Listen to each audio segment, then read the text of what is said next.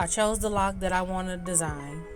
I'm going to use one of the large wooden beads just because this is a large lock that I'm using. I showed you guys in the beginning that I had two different sizes. I'm going to slide the bead up to the position that I want it before working on the rest.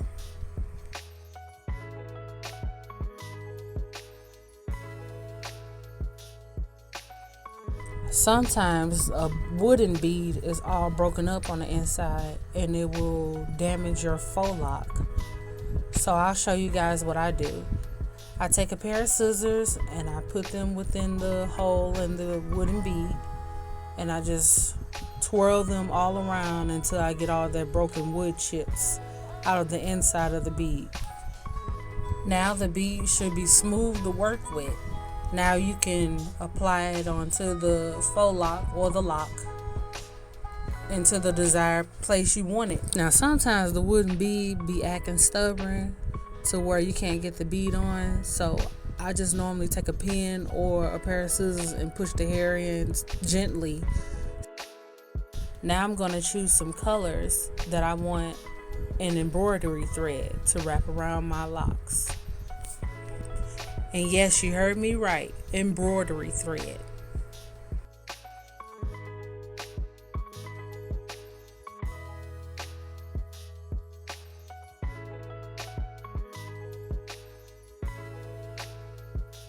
I get my super glue nail glue ready because there will be spots where I need to glue to keep the thread steady. So in this technique, I double the thread. I don't wrap it around with a single piece of thread. I fold it in half to have it doubled because I can wrap quicker, it's easier to handle. And when I wrap the thread, I wrap it around the lock on the loose end and then I hold it on the back and I wrap the longer part around that short piece to make sure that it's in place and it won't move. As I wrap, you will see me glue several spots so it can be secure.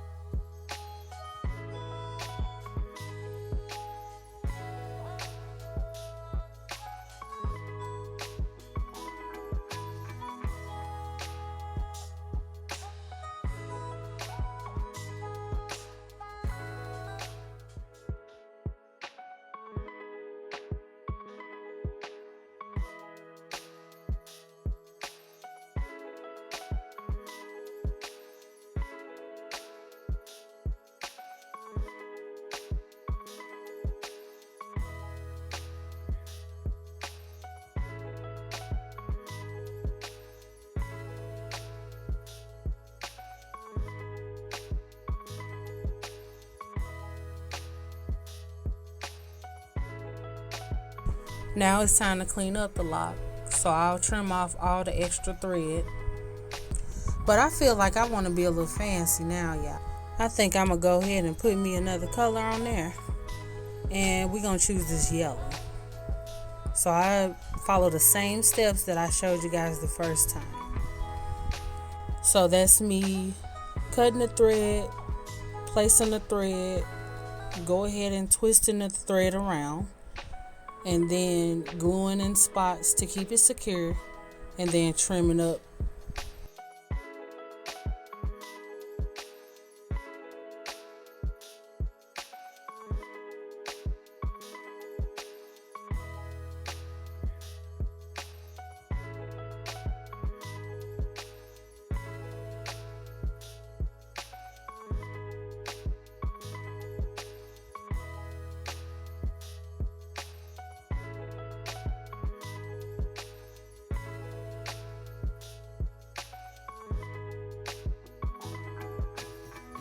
On a smaller faux lock, I'm going to add beads with a beading tool.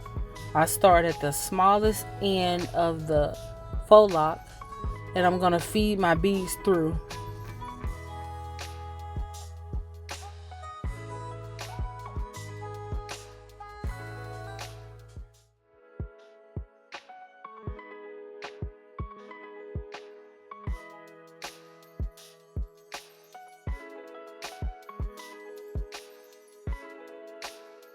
Once the beads are on, I figured I may want to add some color thread to this faux lock also.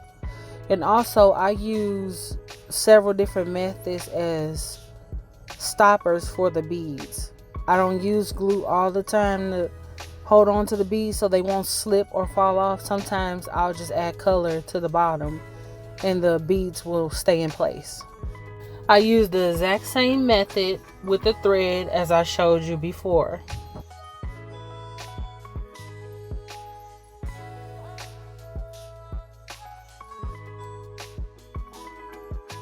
My next faux lock I'm going to style with these next set of beads that I have.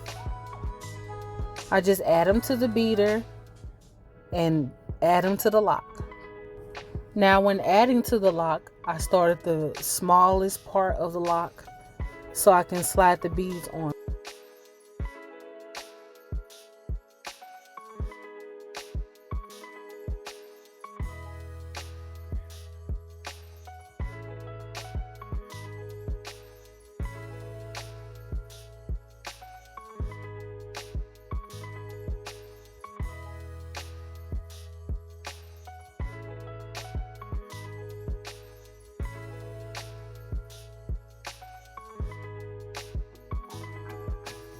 So while off camera, I cut a piece of thread that I wanted, the color and the length that I needed, and I started to wrap this thread around the bottom of my lock. Now when I wrap at the bottom, I wrap down, and when I wrap above the beads, I wrap upwards. You'll see in this clip.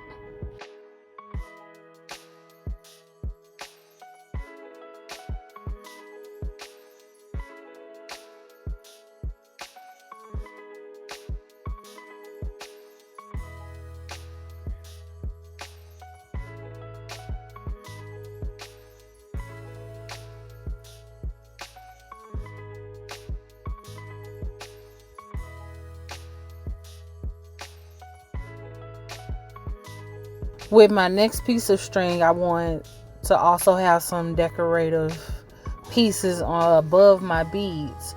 So I'm going to use the same method, but instead of wrapping down, I'm going to wrap up, because I don't have to measure the thread wrapping down. I can just wrap up as far as the thread will go.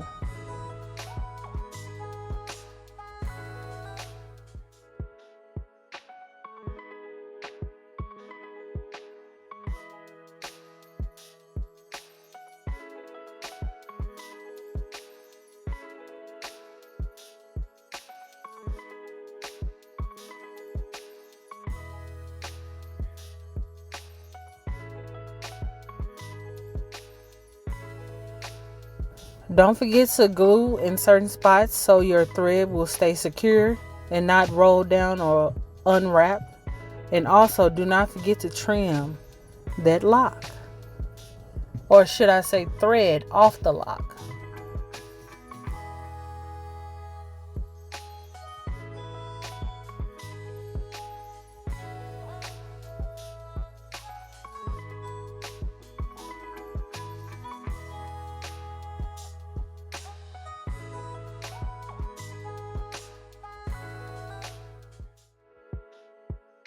Let's add some flair to this same lock.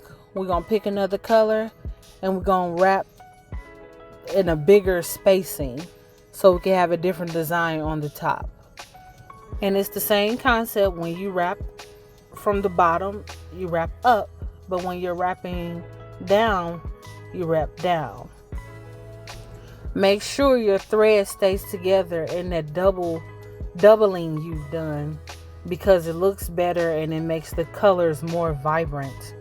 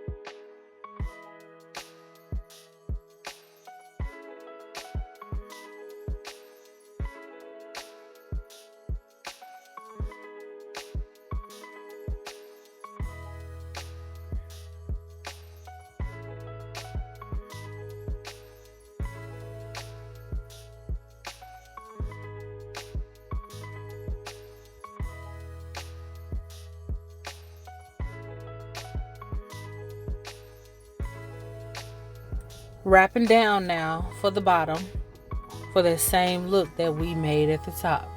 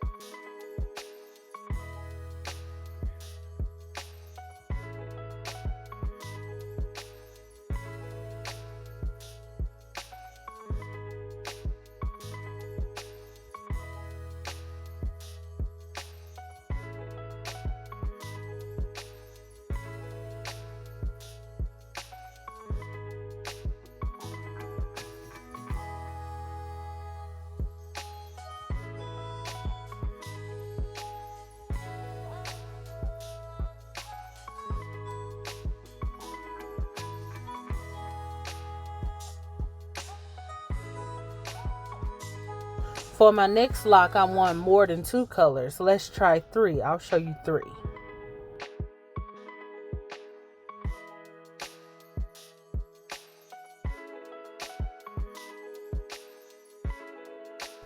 Now I've cut off threads, of course, to the desired length. And I'm going to show you how I wrap them around. Normally I try to keep them within the same pattern that I have them in my hand. But sometimes it doesn't work like that all the time. But that makes it all the more unique and authentic. You can use this same method with 4 pieces of thread.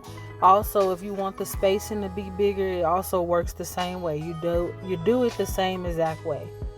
If you don't like the spacing, you just go back, unwind it, and rewrap.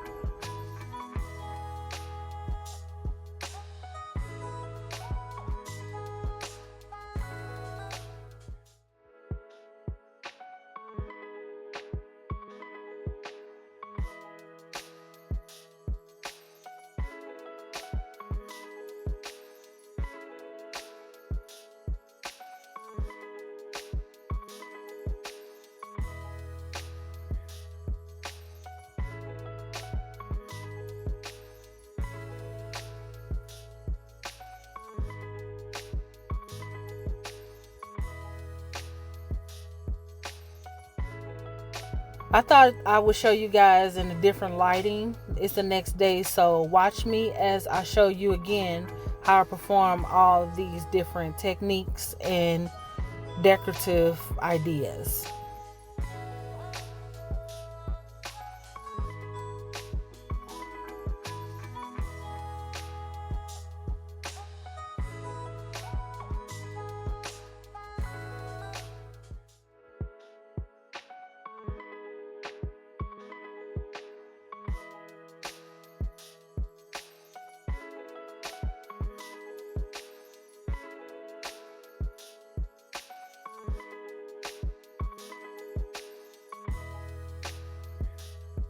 This is where I'm going to choose the placement of my thread. I have this clip in slow-mo for people who can't really grasp the concept of wrapping the thread around or any ideas. Excuse my big arms being in the way, but I'm just trying to get the best angle for you guys. So here it is.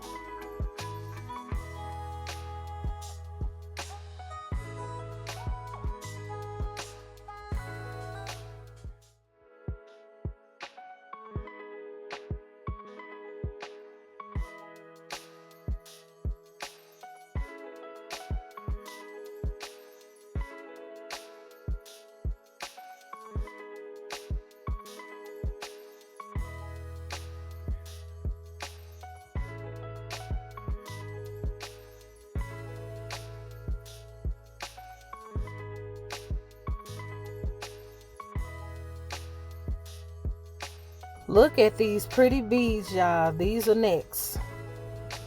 I pick out the beads that I want. I add them to the bead tool. And I pick out the lock that I want to put them on. I place them on. And then I add them to my lock at the smallest end to make sure I can slide all the beads on without them messing up the faux lock. Once they're added onto the faux lock, you slide them in place where you want them. I wanted mine right up under the thread.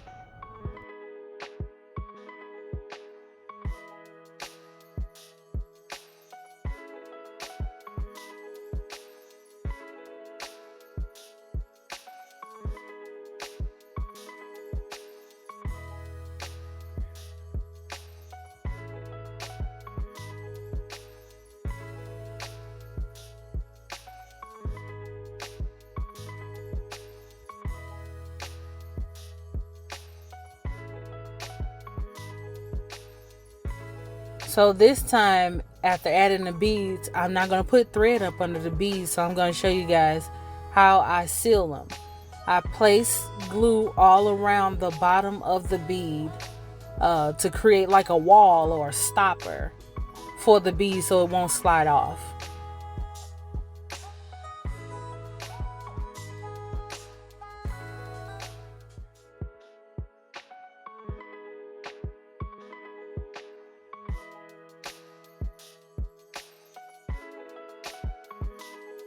We got the big wooden beads again for the bigger faux lock. I'm going to pull this curl back because I don't want it to interfere with me wrapping the hair or adding beads onto the faux lock.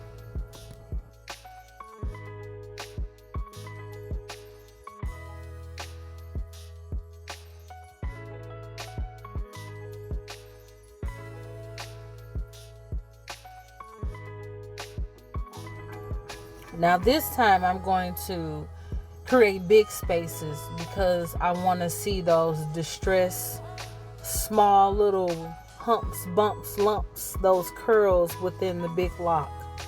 So I'm going to wrap somewhat looser.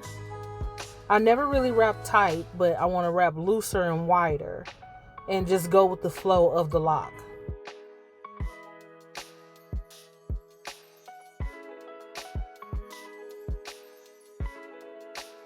Before I start my next color, I'm going to always make sure I secure the first color so it does not come unraveled. Second color is this yellow right here. I know I've been using a lot of yellow, but don't come for me. I'm just showing you guys what to do. So I'll start at the bottom. And when I start at the bottom, I wrap up